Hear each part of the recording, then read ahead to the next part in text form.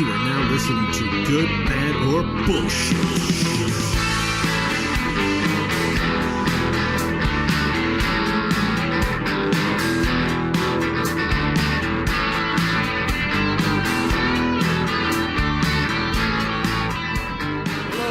Welcome to the Good, Bad, or Bullshit podcast. 3 guys, random topics, unlimited opinion. It's the podcast where we're gonna pick a topic at random and debate the pants off of it, but in like a, non-pervy way. Anyways, there's people with me here to help with the debate. First up is my good friend and really smart guy who uses his intelligence like a longsword to wield through the bullshit of the world, Michael Hodgins. Mike, hello. Hello. Thanks for lengthening that out to let Crofton's muted laughing fit get wrapped up. Well, it's hard not to laugh watching him and laugh. without further ado, let me introduce to you the connoisseur of all things video games and pizza related, who wields pizzas like spinning plates that a juggler in a king's court would. I believe they refer to that person as the jester. It's Crofton Steers. Crofton, hello, how are you, my comedic acrobat friend? Very good, Bo. And in some circles, the jesters doubled as spy masters / assassins. Oh, that is so you to find a way to make you sound like a rogue and in some swashbuckler. circles, they were like mentally ill fools. So I guess take your pick. It's a coin toss. I take the former. 50-50 is good odds. You're a spy. Okay. Yeah. Anyways, welcome to the show, dear listeners and fans. How are you? You can't respond. All right, so how are you guys doing then? Good. I feel like we need to share with our listeners. We've just been Crofton's been laughing his head off. We're sort of, what were we even laughing about? Crofton has some kind of meme generating app on his iPhone that I don't understand, so I seem like a Luddite. Well, yeah, it's funny because I've been trolling Mike by sending him these photos with, meme text at the beginning and the end. For those who don't know, memes are like internet jokes, visual photo with text on them. And Mike, like the Luddite that he is confounded by the fact that I'm able to generate these so quickly and send them to him. But the secondary jokes is that he's been sending me these meme trolling things based on like Canadian politics, and the sub joke is that Bo, who is Canadian but refuses to follow any current events, never has any idea who the politicians are. So that's what makes me laugh. He's like, who's that guy? I'm like, dude, you need to read the news sometimes. The humor's all like, who's Paul Polaport? Like, Pierre Poilievre. Yeah, like I just don't know. He's a humorous politician. Don't give him credit. I'm up to news on current events, just not like the political flavor. Like Windows 10 is coming out on, I believe, July 29th. Nerd current events. I feel like people should, like, and I gave advice to Bo. I was like, you should just go to any news site. Don't read the articles, just scan the headlines like once a week. And I feel like that would take you like a couple minutes and you'd have a sense of like news stories. It would be a very thin sense of them, but you would at least be aware of what's going on. One thing that's interesting, is it that hard? I think I've mentioned this in a past show, I'm not sure, but like, I'm attracted to, even though I don't read celebrity news, I totally understand why people do, because I get attracted to news stories that are associated with people. So, for example, we have a disgraced senator that's being investigated right now, and he's in court. So when I see the news stories related to like day 25 of his trial, I'm like, oh, I'll check this out. And when we had that disgraced Toronto mayor who was addicted to crack, whenever there was a story, I would be like, oh, I'm going to click on that. And I realized that that's bad because we're in an age now where I am creating the news that I want to see. So if they get tons of hits on that, that's the type of news I'll report. And if I don't click on the things that are less personality driven, there's going to be less of that news. In the olden days, people skipped over articles in the newspaper all the time when they were reading it. But there was no data to suggest. There was no data. Yeah. That's right. Or less data. But here, hold on. I want to interject a pop quiz for Bo, because Crofton mentioned 2 political things of high profile in this country. One was a sort of mayor of Toronto who looked like a big fool for a very long time. Bo, what is that man's name? Well, his name it's Rob Ford, right? Sorry, guys. He got it. Okay. Yeah, So but Bo's I only got know one. that because he was the butt of many jokes. I have no idea what his professional career was like. So whatever, you got it right. You would have to have literally been living under a rock, and I don't mean that in the like tween girl literally. I meant like I would I actually would literally have to have a living heavy under rock. stone piled on top of Yeah, me to not know have who heard Rob that. Ford is. Okay, now disgraced senator currently on trial. What is his name, Bo? What country? Canada. Canada, the Canadians? country we live Former in. television celebrity. Former television celebrity? Looks like Humpty Dumpty.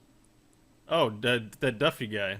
Yeah, he only got John it 'cause of Duffy? the No, Humpty no. Dumpty. He used to be on CJOH. He did the thing on CJOH. Now he's once. on whatever. He's on Global, and his Oh. first name, ironically, is Mike. Mike Duffy. Oh. Yeah, whatever. Every third person's name is Mike, for God's sake. I used to Anyways, I just want to interject one thing here because I was talking with my wife about it, and it's funny because our show, we talk about three opinions, whatever, and then everyone's entitled to their opinion. We all agree on this, and most people also agree that there's a difference between informed and uninformed opinion. And then I was saying, like, but can you even weight those things? Like, if someone has an ignorant opinion on something, can you say their opinion is less valuable than someone who is an expert? And I feel like, as much as part of me wants to say, yes, you can discredit that person's, I feel like that's a slippery slope to go down. When you start saying the opinions of the ignorant, and in this case, Bo, is irrelevant.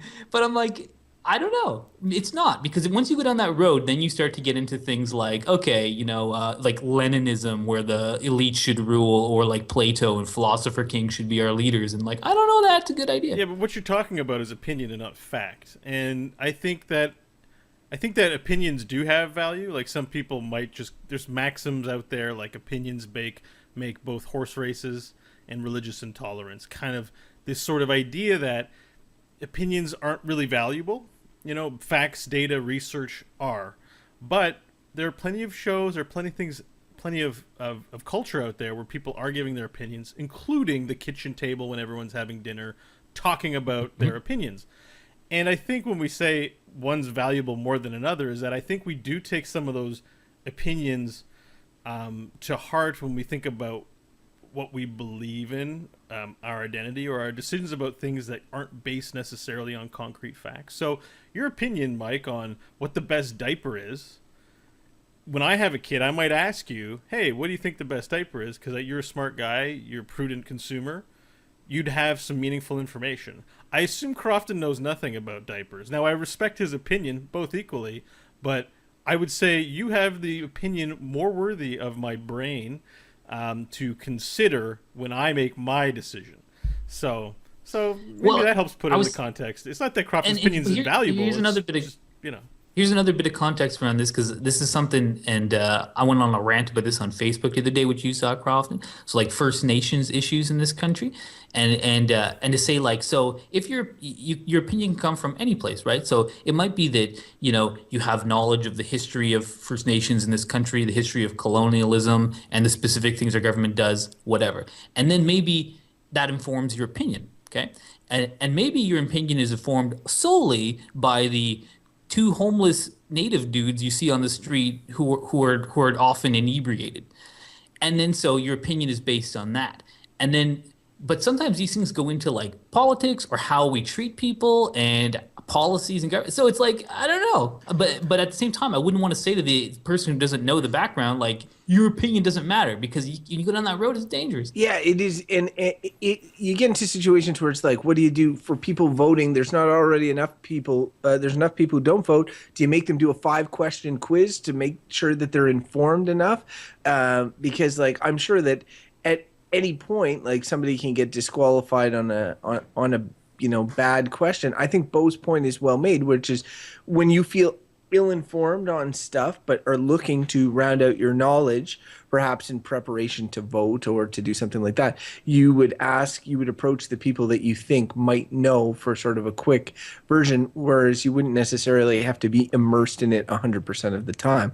I can see the value in that, but like I try to keep myself well kept up on current events, but that's just because I'm genuinely interested in that stuff. If I wasn't, I don't know like if I'd be able to kick my ass to do it, right? So And then the other thing is also, I guess, the knowledge or access to, like, we're privileged people. We've had the opportunity to go to university. Not everybody does, so maybe you had better access to information or whatever.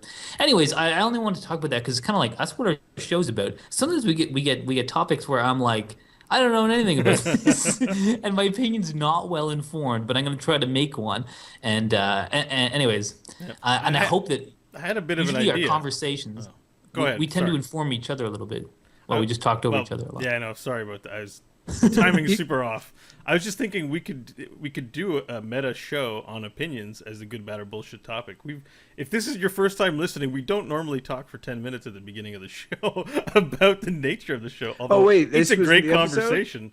Well, I'm suggesting it, but Oh, I see. Yeah, opinions are like assholes. Everyone's got one sort of deal with regards to. But it isn't actually an interesting conversation because there's like ethical implications to it. But anyways, should we get to a random topic? We could just keep talking about this. It and make was an idea. Let's get to a random topic. No, yeah, we'll put it in the hopper. It might come out again sometime. Well, yeah, let's draw a random one. Go ahead. It'll be really funny. Bo's big on the interruptions today. I know. But when it'll be really funny when this episode goes up, someone's going to see the title. They'll be like, "Oh, I'm interested in that." Then they'll hit play, and then they'll be like, "Fast forward, fast forward, fast forward." God damn it! When are they going to start talking? What the hell are these people talking about? All right. It's context, listeners. Good listeners, context. Yeah, and we're professional Thanks. opinion That's right. givers, so really having a talk about this is really important. You're seeing masters conversate. I'm Let's an get amateur going. Mike, opinion giver, actually.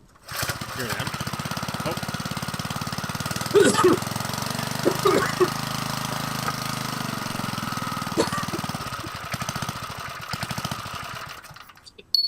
At least this conversation got rid of my giggles.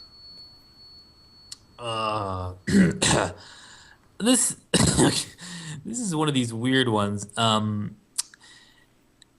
topic is good and evil. Just say it. Okay, good and evil. Oh, that's a. So, because it sounds like two, but I'm gonna just start here and just say I guess it's the concept that there is good in the evil, that there is good in the world, sorry, and that there is evil in the world, and those are two, yin and yang of things that exist, I feel as like opposed to things are just justified and random, and we created these to explain things. yeah, I feel like talking about one without the other would seem like a missed opportunity, or It's like talking about vegetarianism without talking about meat. yeah. Fair enough. Yeah, Yeah. very good. So, is the term these two terms are diametrically opposed? Is that a correct characterization of them? I like saying diametrically opposed. So I hope I got that right, listener. Someone correct me. Why juxtaposition? They're juxtaposed. No, I guess that's No, not because actually they're like antonyms, right? Like it's just like there's good and they're antithetical. Ooh. Whatever. Stop using fancy words. It's good and evil. It's the basis of every religion that there ever was. It's the idea that you were able to determine whether actions and things have a positive or a negative quality, and they do this in different ways. There's some consistency between the religions, and often when talking about atheists, religious scholars and such will say, well, they wouldn't know how to differentiate between good and evil. Because they have no, rules set, and then atheists would often argue the existence of an inherent moral code, and the ability to determine right from wrong, good from evil. So it is tricky. I think we're rating the concept of good and evil, good, bad, or bullshit, which is funny. Right. Yeah, it's the concept. One of those things is good, good, bad, or bullshit, and it's just bad could be the equivalent of evil. I guess so. We have to. What's funny about it is we've in the title of our show given ourselves a third option. which is funny. Like because we're almost already rejecting the concept of, these two choices. I'm curious. Like, we don't need to say if good and evil is something that we accept or not. We can individually, but like we're just mostly trying to evaluate if the whole concept is a worthwhile concept. Well, Yeah, it's I'm just going to jump in real quickly here and say I think that's an astute observation that the whole foundation of our show is kind of like that because we, as you both know, I take bad the least, and I tend to reserve it. I'm pretty sure that's right, anyways. And yes, it yeah, is. and I tend to reserve it for things that are really that I think are despicable, like that are really really bad. One might say evil. So I think it's an astute observation. Like the education system. Exactly. I'm awesome. Yeah, you reserve it for only the things that are clearly evil, like educating our youth. You know what? I don't feel bad about that. I think it is. Just pointing out some But past. I'm gonna start, and I'm gonna give you guys a chance to talk because I don't want to rant for too long. We want to have some audio interest and have a conversation. But that I reject the concept of good and evil. I don't know. Do you either of you reject concepts of good or evil in your lives?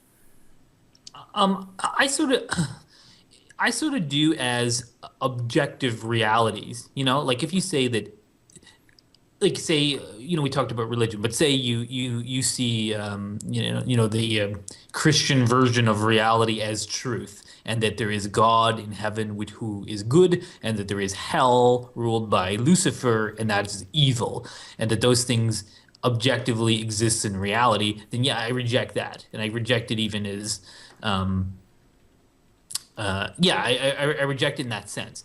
But as a concept, it's extremely useful, and I think that it's useful for us to, like Crawford was talking about moral code, or is there an inherent moral code to human beings? And I feel like yes, there is, and that things are not necessarily evil or good, only what we collectively decide is evil or good. So, a massacre of people, we're like, that's an evil act. Does evil exist in beyond that? I don't know. Were they driven by like some evil entity or things that exist? Like not necessarily, but it is useful in a way of us all understanding something. It's like a shared understanding. It's like it's a story, and you see it so often in stories. You think of like Lord of the Rings, very clear like Mordor and evil, and like Gandalf and elves like good, or like Star Wars, the dark side of the Force and the light side. It's a simplistic way of engaging with what is a complex world. And I think that sometimes the things that we call evil are actually highly complicated, and it probably depends highly on your perspective if it's good or evil. But based on wherever you sit and with the people you sit, being able to look at it in simple terms and saying evil, good is probably useful. I agree with most of that. I think that evil is used much less often than good. We'll throw around the term.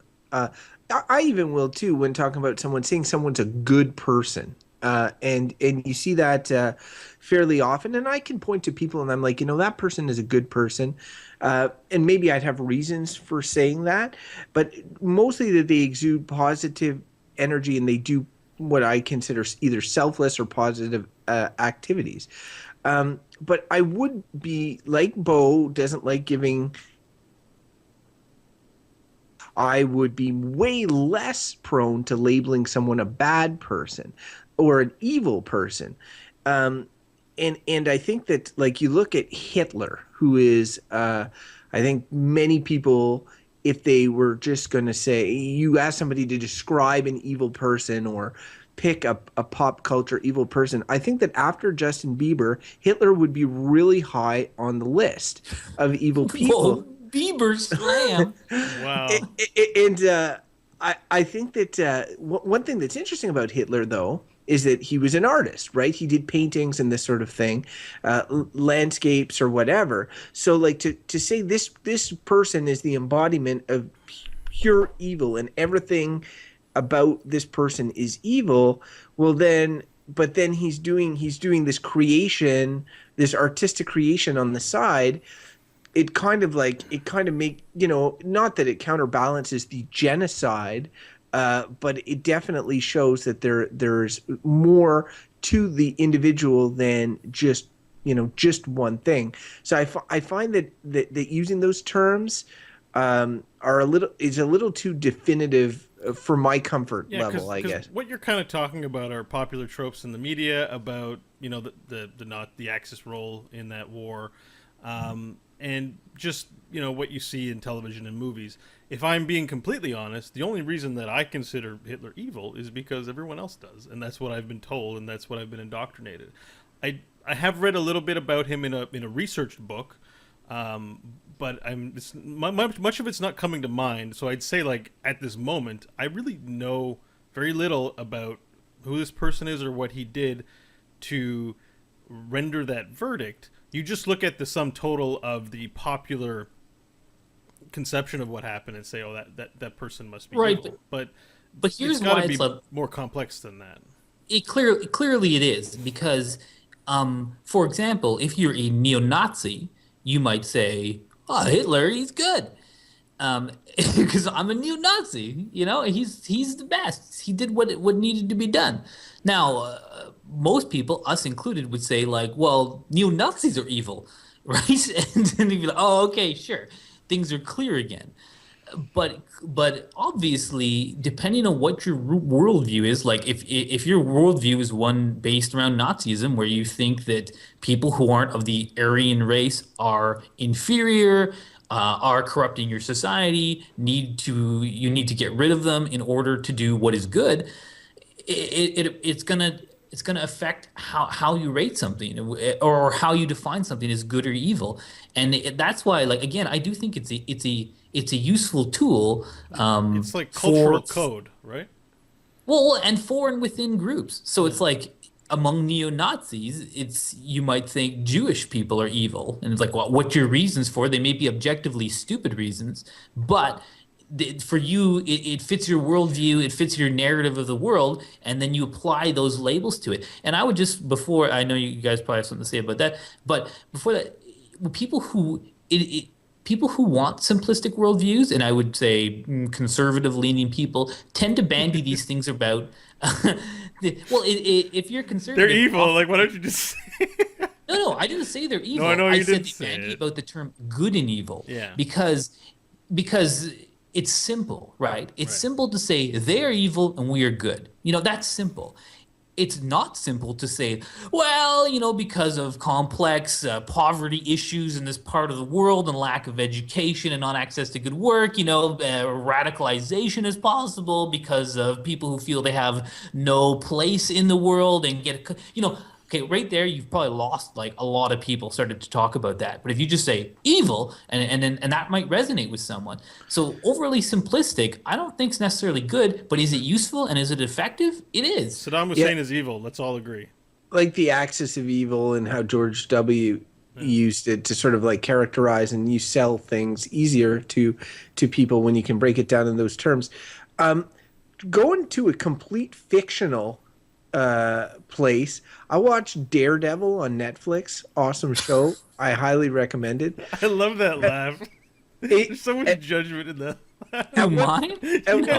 At one point, Daredevil goes to a church because he's a heavily religious character, and he asks. He's blind too, right? Yeah. How did he get there? It's pertinent if he's blind. He has a walking stick. He has powers. Don't worry about it. Okay, it's like, was it like a seeing eye dog? Took a taxi. Okay.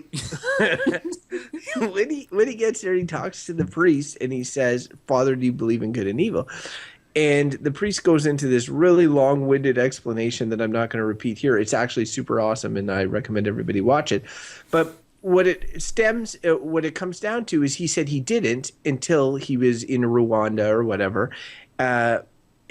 saw something happen with his own eyes. And Romeo Dallaire, who wrote the book Shaking Hands with the Devil, I think that's the title.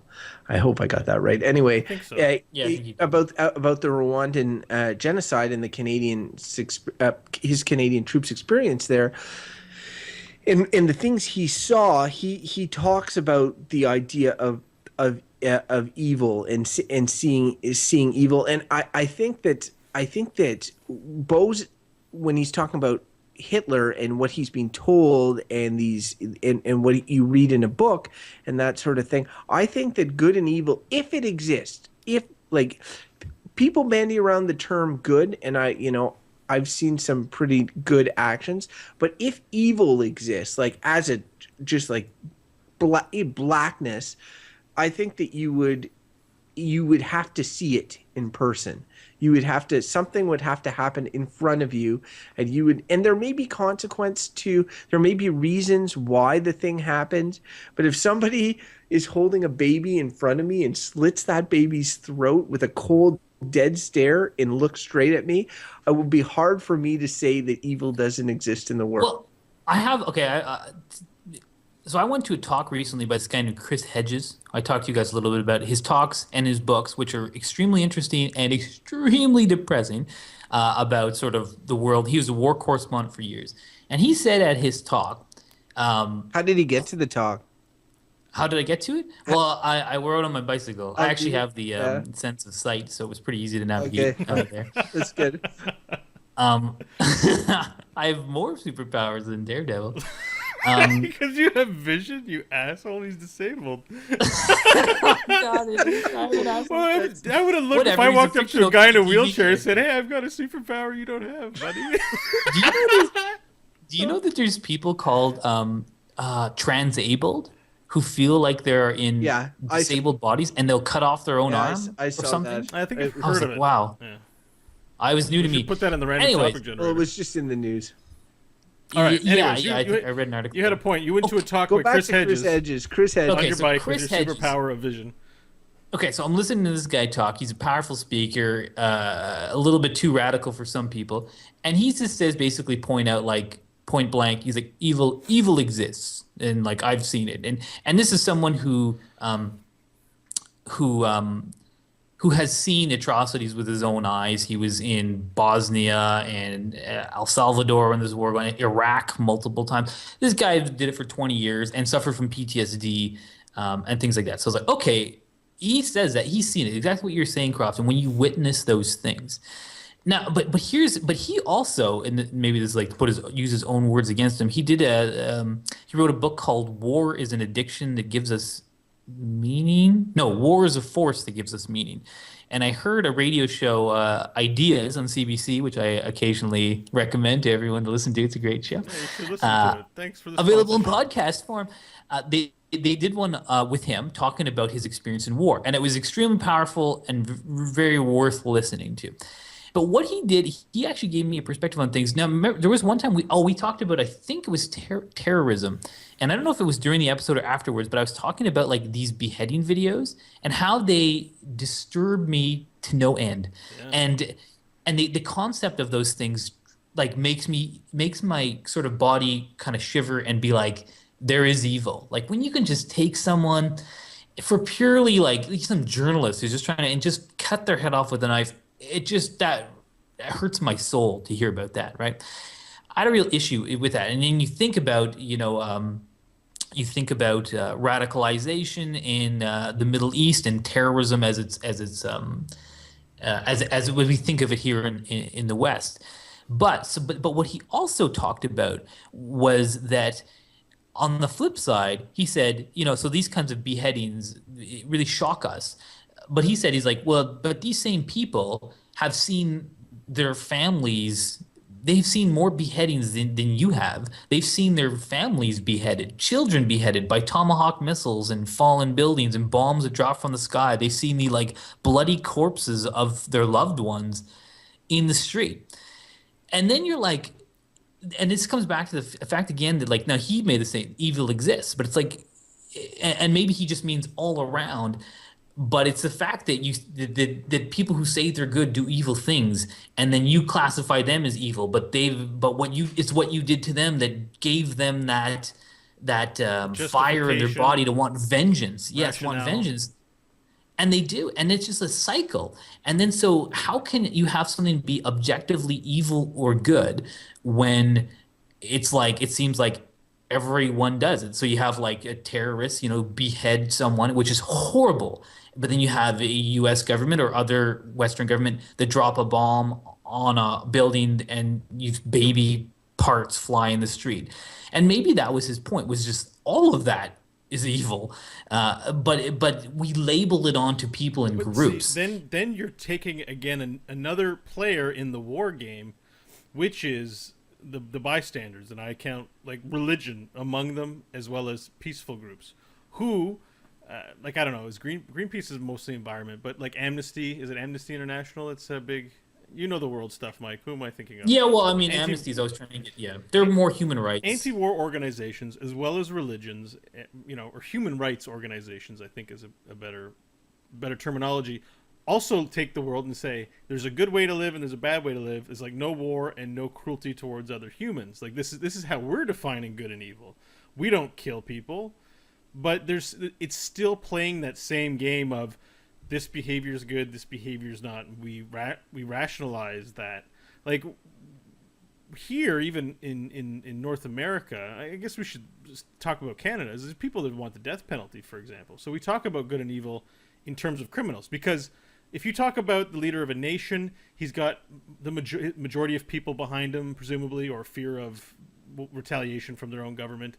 So people are invested in believing in someone committing atrocities. Whereas if your neighbor Carl commits atrocities, let's say he kills 50 people, then, maybe he deserves to die. But we don't kill people. Like, capital punishment is a very controversial topic because some people might say, clearly evil, kill him. He deserves it. It's the least he deserves. And some people say the reason why we don't kill them is because we feel that it's an evil thing to kill people. So why would we do the thing that we say is evil? Because that makes us evil. And it's just like this thinking brings us in circles and is like it drives me insane. Like I don't have a resolution to what I'm saying. This is a bunch of observations. And yeah, Crofton, you go up. You haven't had a chance. Okay. Well, I have had a chance a while back. I think we all made kind of our views clear on whether we believe in good or evil. Bo does not. Mike doesn't really. I'm a little more nebulous, but I lean that way as well. What I'm curious about is what you guys think about good and evil. If good and evil as a concept, and we talked about wars being sold with it a little bit, is so dangerous or poisonous a concept that its mere existence is a bad thing. The fact that we can simplify things, or is the fact that we can simplify things down into these easy to digest boxes just an easier way to communicate complex issues to people? So is it good to be able to break things down into sort of, there's more positives associated to this thing, so it's good. There's more negatives associated to this thing, so it's bad. So moving away from like total good versus total bad, and if they exist or not, do you think that there's any merit in the concept of good and evil and how it's used? I already know what I'm going to say, but what do you guys think? Well, okay, I'll jump in because you frame it well, and I was essentially going to say something about that a second ago too. So, I actually think that it has very little merit, and I think the reason it has little merit. Well, let me step back once more. I think it depends on if you want to live in a world where you see sort of progress towards the world being a better place. And I'm not saying a more good place or a more evil place, but if you say like, okay, war, we don't like people killing, not labeling it evil or anything, but we'd like to reduce that, or crime, or murder, or anything that we might see as a social ill or beyond that. If you want to move ahead on that, I feel that the concept of good and evil is not helpful with that, because what it does is essentially gives you a static worldview. It allows you to say this thing happened because there's evil, and we should just punish it. Like what Bo was talking about, if someone murders someone, you say, okay, that person's evil, lock them up or execute them. Problem solved, right? Yeah. It's not useful. What's more useful is to be like, why do people kill? Why do people kill people? Why do we have wars? And what are the roots of those things? And those are, again, complicated issues. They're not simple. They're hard to deal with, and that's what politics or modern society is always sort of trying to do, and it's difficult. But it's worth doing if you believe in making the world or hoping the world will get to be a better place. But by just saying evil, good, you ensure that we have a static worldview and we don't ever try to change anything. We just say, well, that's the way it is. Throw your hands up, hang them all, and get on with it. And nothing changes. And then so it's like, if you don't, even if you did I'd be like, if you believe in evil, you should stop using the term and try to get at the roots of it so that you can get rid of it. But I just feel like it's not helpful. But we have so much culture that celebrates it. Because as you were talking about all that, guess what came into my mind? Comic books. And you think about how we're indoctrinated, from a young age, even in Disney movies and in all kinds of stories, whatever, that there are good guys and bad guys. And as children, we root for them. Like, I feel like in a lot of my relationships, I took a lot of cues from the romantic notions from culture that I picked up that were discussed in school, but came mainly from television. And realizing that I'm pretty immature when it comes to relationships. And I feel like this affects us in many ways. And I feel like the concept of good and evil is one of them. And because now I'm going to name drop a favorite movie of mine. A really perfect, quote, evil person is the guy in the movie Watchmen. The smart guy. I can't remember what he's called. But, he both wins and loses. He commits a horrible atrocity, but he's also trying to do something good for his world. What's the guy? The smart guy, right? Ozymandias. Yes, Ozymandias. Ozymandias. Yeah. He both wins and loses. Like, that's the thing. And that's what makes that film brilliant. But I think we have these tropes in our mind, and they're consistent everywhere. I play a lot of video games. Mike, you're saying how I don't read news headlines and I know nothing about current culture, but I consume pop culture before the show. It's like, in most of the video games I consume, they're all good guys and bad guys, and it irritates me on some level. It's something I put up with, but I prefer looking at the world more objectively and fiction that does that. But there's just so much great stuff that isn't. I still consume the crappy stuff, and I'm sure it's affecting all of us. I'm hear Crofton's answer his own question. Yeah, about the usefulness of good and evil. And to touch on what Bo just said about video games, like, I think they're getting there. Like, I played a game recently called The Last of Us, where you put this idea of good and evil on things that aren't there, and then when you see it at the end, and not to reveal anything at the end, you realize that, everybody is different, and I was looking for something that wasn't there based on countless years of conditioning that Bo mentioned. And I think that pop culture thing and the good and evil in everything, when you watch a movie, there are always good guys, bad guys, and that's the nature of things, protagonists, antagonists.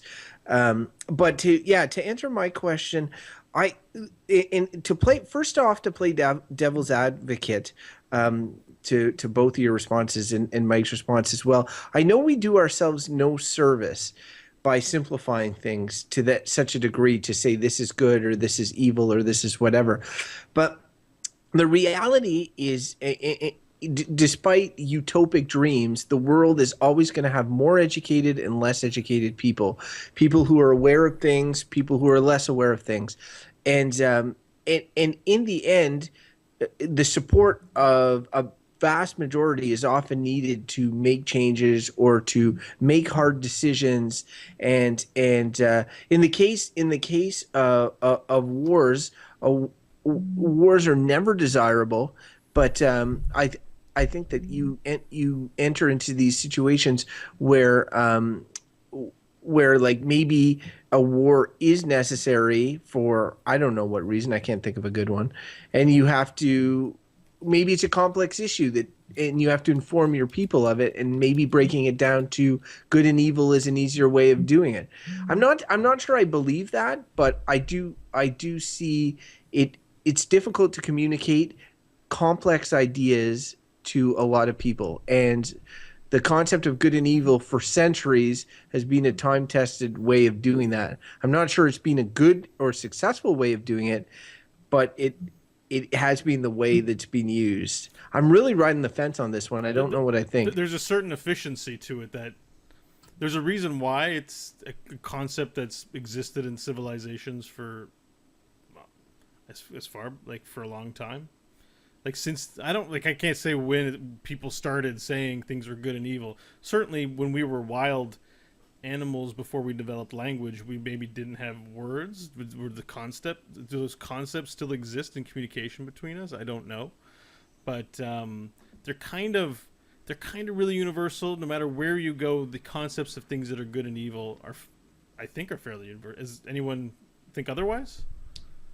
Universal, you mean? I believe that the concept of good and evil like is an inherent concept that we are born with. I think that we then are taught which is good and which is evil, but like the idea that you are born, I think if that you were born a feral person, would you have any concept of good and evil?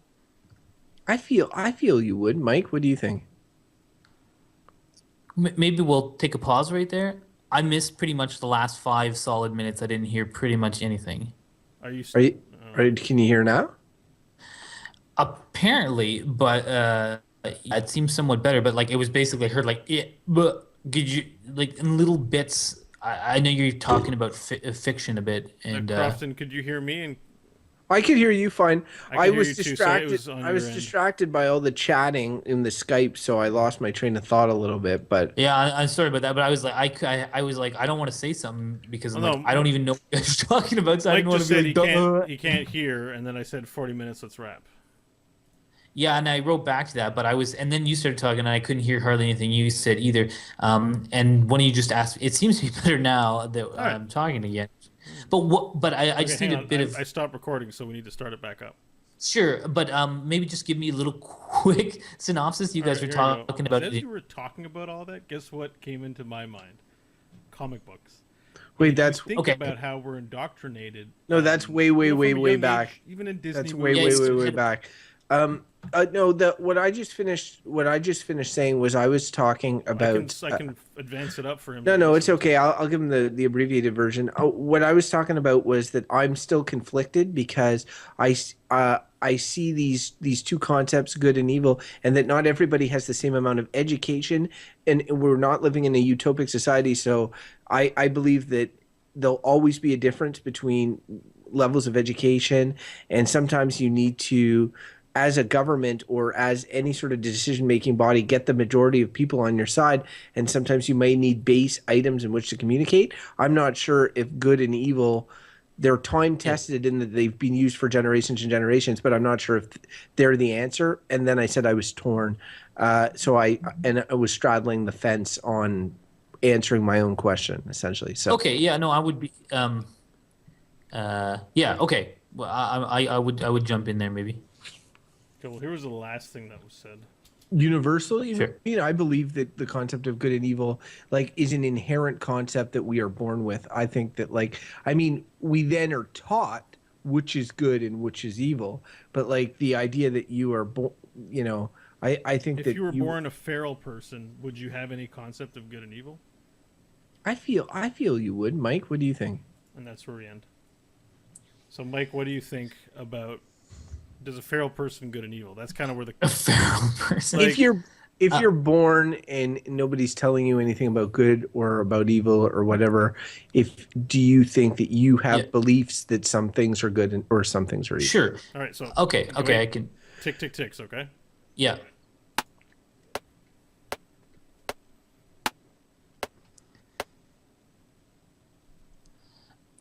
Okay, yeah. Well, I do think that I think that you might be able to tell yourself that if you were like a feral person who who hadn't been told by anyone else that these concepts existed.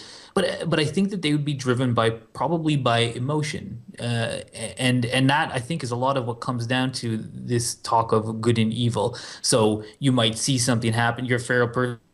Maybe you have a feral family that lives with you, and a bear comes and kills half them one night, and you're just like, oh, and you just feel this oppressive injustice has happened to you. It's an evil act.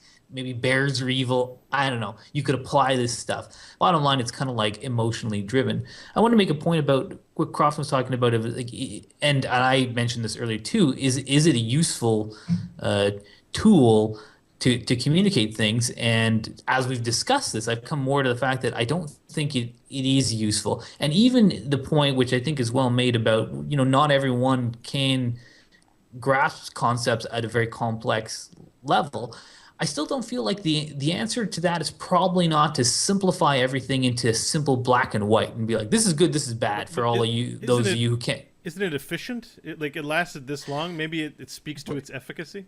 Well, I think it probably is efficient for standing the test of time, but we have access to the most knowledge that we've ever had at this point in time. And I think even, you talked about it in video games making progress, out of these very simple tropes of good and evil. And I think of two fantasy novels that I read when I was young. I read Lord of the Rings. Everyone has, right? Very simplistic views of good and evil. And recently I've been reading, and a lot of people have been watching, the Game of Thrones series. And I heard George R. Martin talking about it on some radio show, and he was very much like, there's no good and evil. Like, horrible things happen all the time, and but his view is just like, it's all just people are motivated by different things and they do things, and it's just shades of gray. You justify your actions for whatever reason, and they're interpreted as good or evil by your group or other groups or whatever. But the reality is everything's complicated. And I do think, as much as it is useful to be like, yeah, good, evil, yeah, okay, we all understand. If we want to make progress, it's better to try to increase education as much as we can, so that we can have a broader, more in-depth conversation about root issues of problems, so that we can make progress. I mean, do you guys have any other main points? I'm almost ready for a verdict on this. I think I'm ready for verdicts as well. I think, yeah, this is a loaded topic. We could talk about a lot of different things, but let's loaded. It's an interesting one, actually.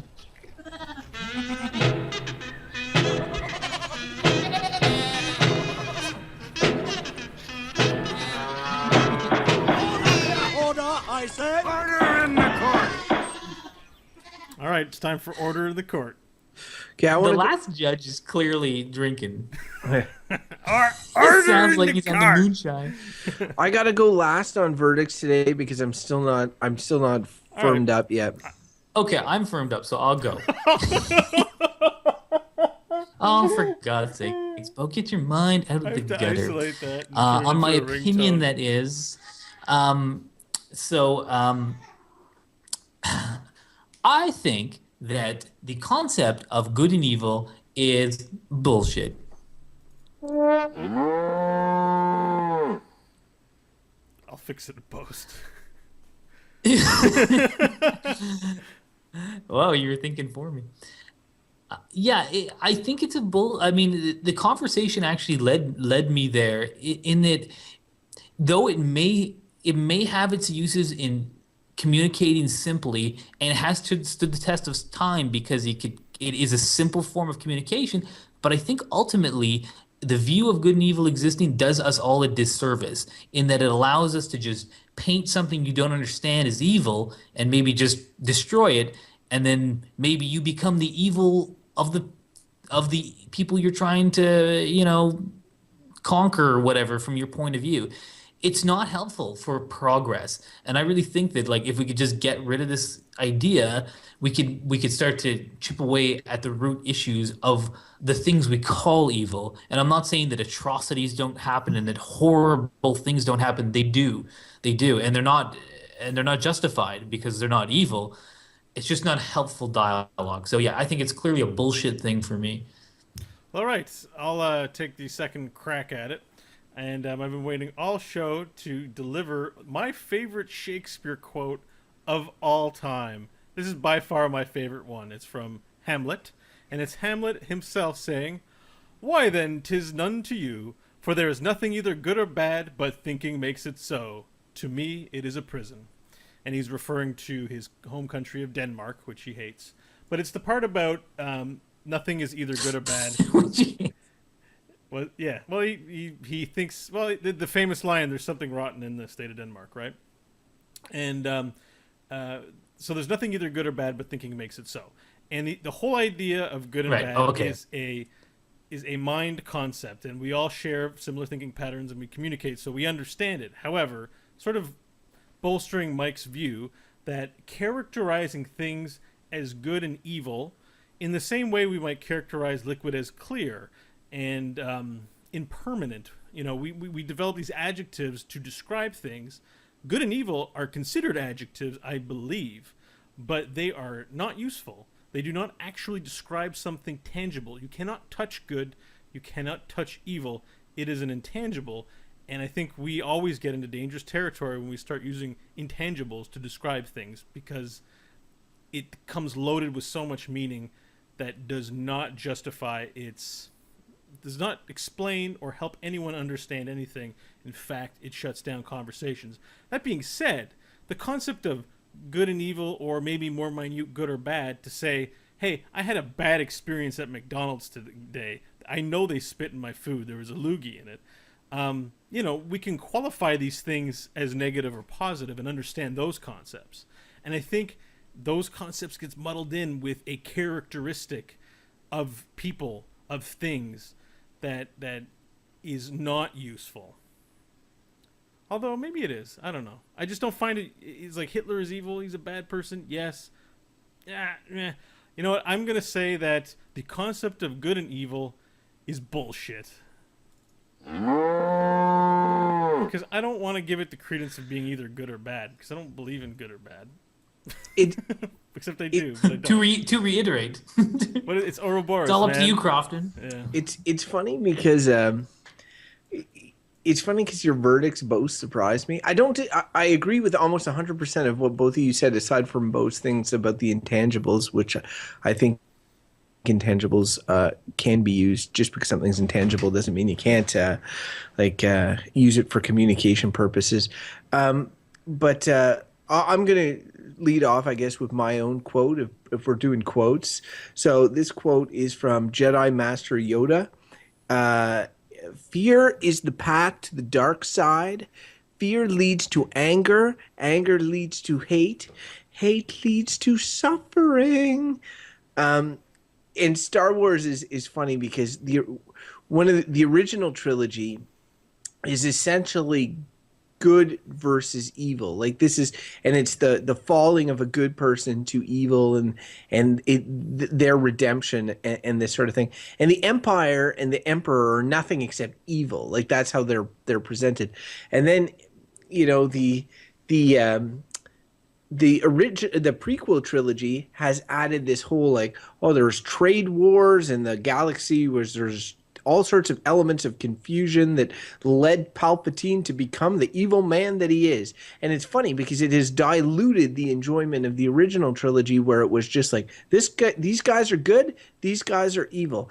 There's something inherently rewarding in wanting something to be that simple. You want it when you digest your entertainment, you want to know who to root for, who to root against. And it is tough taking in all the information and realizing that you can't win 100% of the time on every decision. You can't just go like, this is good, this is good, this is good, this is good. And for me, I was torn between bad and bullshit on this topic, because I think that there's a lot of negatives surrounding using good and evil to sell decisions, like simplifying everything, as Mike well put it, into these two buckets and using them to sell ideas. And I'm honestly surprised neither of you guys said bad, but I think that there is something hypocritical almost about saying bad to a topic called good and evil.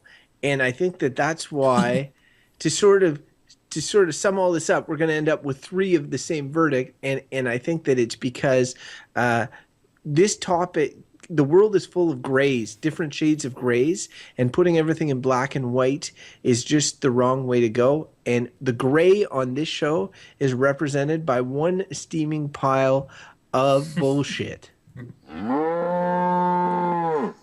I'd like to Well submit said for the there. record that I also think shades of gray are stupid and bullshit.